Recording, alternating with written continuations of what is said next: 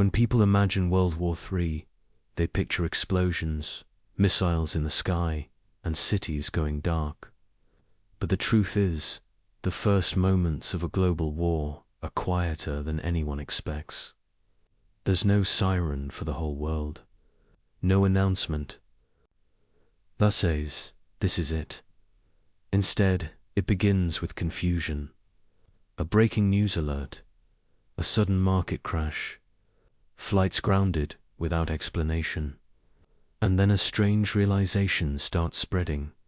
Something has changed, and it's not going back. When that realization hits, people don't run toward bunkers first. They don't rush to military bases or secret shelters. The first place people run to when World War III starts is far more ordinary and far more human. They run home, not just to a building, but to the idea of home. Two familiar walls, familiar streets, familiar people. In the early hours of chaos, instinct takes over. Parents leave work without explanation. Commutes are abandoned halfway. Schools are flooded with frantic phone calls. The world shrinks suddenly, and the only thing that matters is getting back to the people you love. In the United States, highways clog within hours. Not because of evacuation orders, but because millions of people make the same decision at the same time. I need to get home. In the UK, trains become packed, then stalled. In Australia, long-distance roads fill with cars heading away from city centres, not toward safety zones, but toward family houses, childhood neighborhoods. Anywhere that feels grounded, home feels like control, even when it isn't enough. But for many, home isn't enough. The second instinct follows quickly behind. The first, prepare. And preparation sends people to the same place, almost universally. Grocery stores, supermarkets become the front line before any battlefield ever does. Shelves empty faster than they can be restocked. Water disappears first, then canned food, batteries, baby formula, medicine. People don't panic because they're irrational. They panic because they're doing mental math. How long could this last? Days, weeks, months. In those aisles, you see fear stripped down to its core. Strangers argue over the last pack of bottled water. Someone cries quietly near the medicine section. Someone else overfills a cart, not out of greed, but because they're terrified of failing their family. What's chilling is how familiar this already feels. We've seen glimpses of it before: pandemics, natural disasters, supply chain breakdowns. World War III would amplify that fear tenfold, because this time there's no clear end date, no timeline, no promise that help is coming. A shelf's empty, another shift happens. People stop trusting systems. Banks become the next destination. ATMs run dry. Online banking slows or freezes. The idea that money is just numbers on a screen suddenly feels fragile. In moments like this, cash feels real, tangible, safe. People line up not because they know the economy will collapse, but because they know it might. And uncertainty is more dangerous than certainty. At the same time, digital spaces explode. Social media becomes both a lifeline and a weapon. Rumors move faster than facts. One video claims missiles have already launched. Another says it's all exaggerated. Group chats spiral into speculation. Screens glow late into the night as people refresh feeds, searching for reassurance and finding none. But here's the thing no one likes to admit. After the rush home, after the shopping panic, after the bank withdrawals, people begin to slow down. They sit, they wait, they listen. Because once immediate instincts are satisfied, reality settles in. World War III isn't a moment. It's a condition. And conditions change how people think. Some start planning exit roll areas, remote towns, places they believe might be overlooked. Others decide the opposite. Staying put is safer. There's strength in community, in neighbors, in shared resources. The arguments begin quietly. Stay or go, trust or withdraw, prepare or pretend it won't happen. Governments issue statements, carefully worded, calm on the surface, urgent underneath.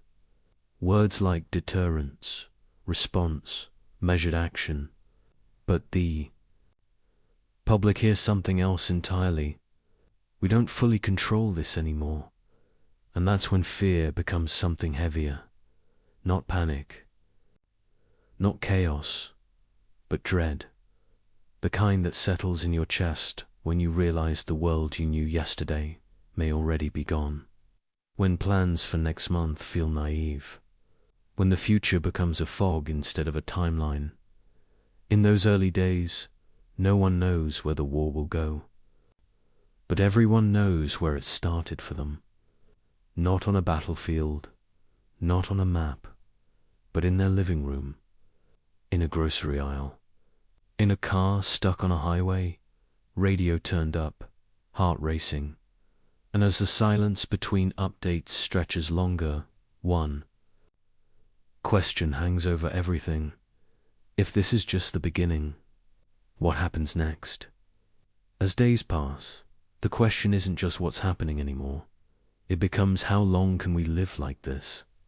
Because once the shock wears off, the real weight of World War III begins to press down on everyday life. Fuel prices spike overnight. Some stations close without warning. Others limit purchases. Commutes change. Travel plans vanish. The sky still looks the same, but everything beneath it feels unstable. This is when people start moving again. Not in panic this time, but with intention. Some leave cities quietly before anyone tells them to. They pack cars with what they can carry and head for smaller towns, farms, places with fewer people and more land. In America, rural highways see traffic they haven't seen in decades. In the UK, countryside rentals disappear overnight. In Australia, remote communities feel the pressure as newcomers arrive with the same hope. Maybe this place will be spared. Others don't leave at all. They fortify. They board up windows, check generators, ration supplies. Neighbors who barely nodded before now talk over fences, sharing information, watching each other's houses. Community becomes currency. Trust becomes survival. And then come the shortages that no one can prepare for. Not food at first, but medicine, replacement parts, specialized equipment, the things modern life quietly depends on. Hospitals feel the strain long before any bombs fall.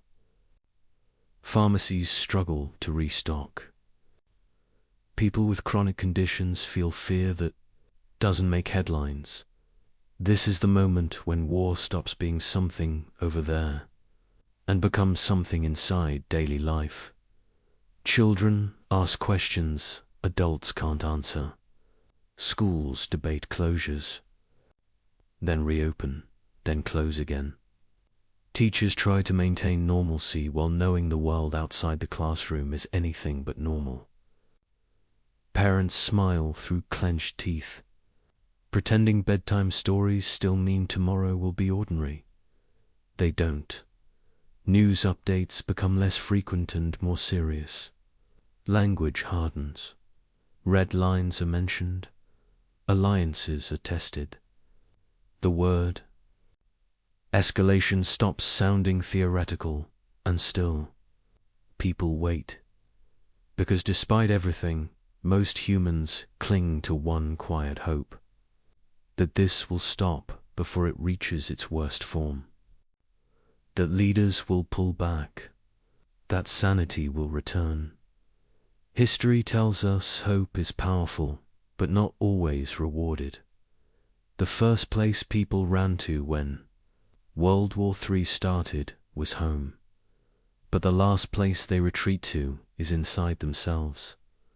That's where the real battle takes place. Between fear and resolve. Between compassion and self-preservation. Some people change forever during this phase. They become harder, sharper, less patient. Others become unexpectedly generous, sharing food, shelter, information, because crisis strips away the illusion that we survive alone. And then there's the silence. Not the silence of peace, but the silence between decisions, between updates, between consequences. It's heavier than explosions because it forces imagination to fill the gaps. That silence is when people realize something uncomfortable. World War III doesn't arrive all at once. It arrives in layers. First, disruption, then adaptation, then acceptance. By the time the world fully understands what it's living through, it's already living through it. And that's why the first place people run matters. It reveals what we value before strategy, before politics, before ideology. We don't run toward power. We don't run toward control. We run toward connection. Because when the future feels uncertain, the past feels safe. Familiar voices, familiar rooms, familiar routines, even broken ones anchor us to who we were before everything changed. The uncomfortable truth is this: if World War III ever truly begins, most people won't experience it as soldiers or heroes. They'll experience it as parents, neighbors, workers, and friends trying to protect small pieces of normal life while history shifts beneath their feet. And the world won't end in fire overnight. It will change quietly, day by day, decision by decision, until one morning you wake up and realize the old world exists only in memory. That's not meant to scare you. It's meant to remind you how fragile normal is and how valuable awareness can be. If this video made you think differently about global conflict, preparedness, or the way humans react under pressure, let me know by sharing your thoughts in the comments. If you want more grounded, realistic breakdowns of world-changing events without hype, without noise, subscribe to the channel and stay with us. Because understanding what could happen is the first step toward not being blindsided when history moves again.